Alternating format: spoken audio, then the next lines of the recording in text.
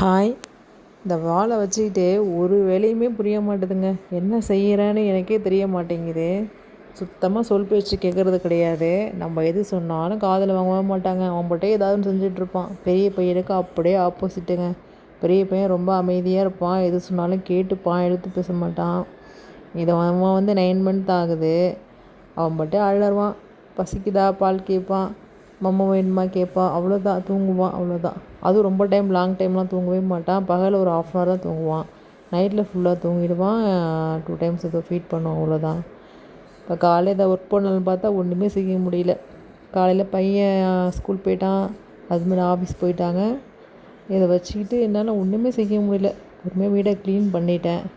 Clean பண்ணிவிட்டு பாத்திரத்தை கொஞ்சம் கழுவிட்டு குளிச்சுட்டு தம்பி அழைக்க ஸ்கூல் போகணும் பெரிய பையனை. எதை செய்யலாம் அப்படின்னு பார்க்குறேன். இதை எடுத்தால் இங்கிட்டு ஓடுறான், அதை எடுத்தால் அங்கிட்டு ஓடுறான். சரின்னு டேப்பு கொடுத்து பார்த்துக்கிட்டு அமைதியாக இருப்பான், டிஸ்டர்ப் பண்ண மாட்டான் நம்மளை அப்படின்னு பார்த்தா அதை போட்டுக்கிட்டு அது மேலே ஏறி உட்காந்துட்டு அதை விளாண்டுட்டு அதையும் உடச்சிடுவான். சரி ஃபோன் கொடுத்தா பாப்பான்னு பார்த்தா அதுவும் செய்ய மாட்டான். ரொம்ப வாலாக இருக்கான். இதுமாரி உங்கள் வீட்டில் யார் வீட்டில் வால் இருக்கானு சொல்லுங்கள்.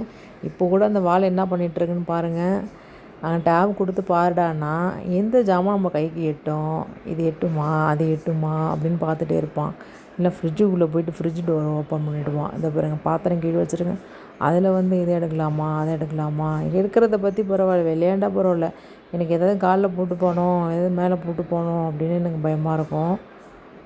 கிச்சனில் அது மாதிரி வெங்காயம் குடிய தள்ளுறது, ஏதாவது கையில் பார்த்து நம்ம பார்க்காதப்போ கையில் வச்சுட்டு பிசைஞ்சிட்டு அப்படியே அமைதியாக உட்காந்துருப்பான். என்ன செய்கிறான் அப்படின்னு நமக்கு தெரியாது. என்ன அமைதியாக இருக்கான் அப்படின்னு தெரியாது.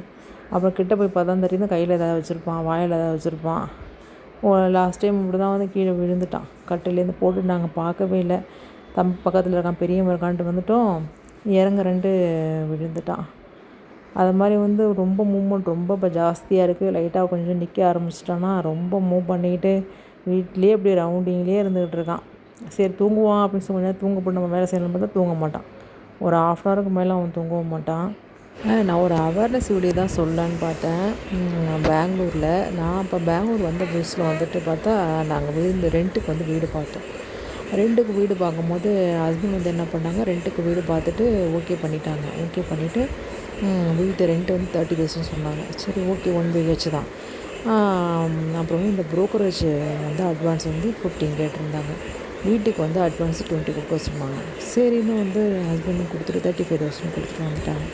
திருப்பி நான்லாம் போயிட்டு வீடை பார்க்கும்போது வீடு அவ்வளோ பிடிக்கல. அதுவும் இல்லாமல் வீடு பார்த்தா 4th ஃப்ளோரில் ரொம்ப ஹாட்டாக இருந்தது. அதுதான் லாஸ்ட்டு ஃப்ளோரு, ரொம்ப ஹாட்டாக இருந்துச்சு. வீடு சின்னது, ரொம்ப சின்னது. 1 BHK இது சரி வராதுன்னு சொல்லிட்டு வீடும் க்ளீனாகவே இல்லை. ஆல்ரெடி யாரோ இருந்தாலும் க்ளீனாகவும் இல்லை. சரி வேணாங்க அப்படின்னு சொல்லிட்டு அவங்கள்ட்ட அட்வான்ஸ் கேட்டோம்.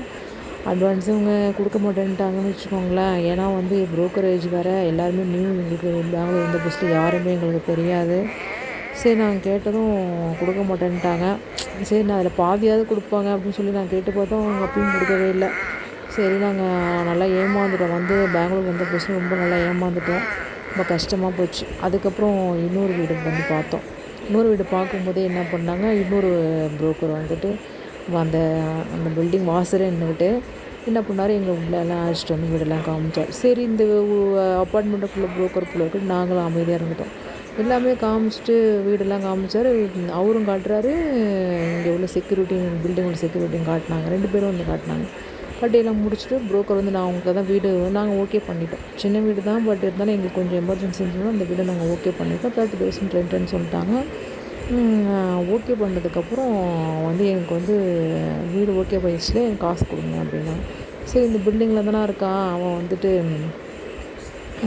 இந்த ப்ரோக்கரு, சரி வீடு காட்டி விட்டாலும் காசு கேட்குறான் போடுறதுன்னு சொல்லிட்டு நாங்களும் வந்துட்டு கொடுத்துட்டோம். இவன் வந்து 25 குறையவே மாட்டேன்ட்டான்.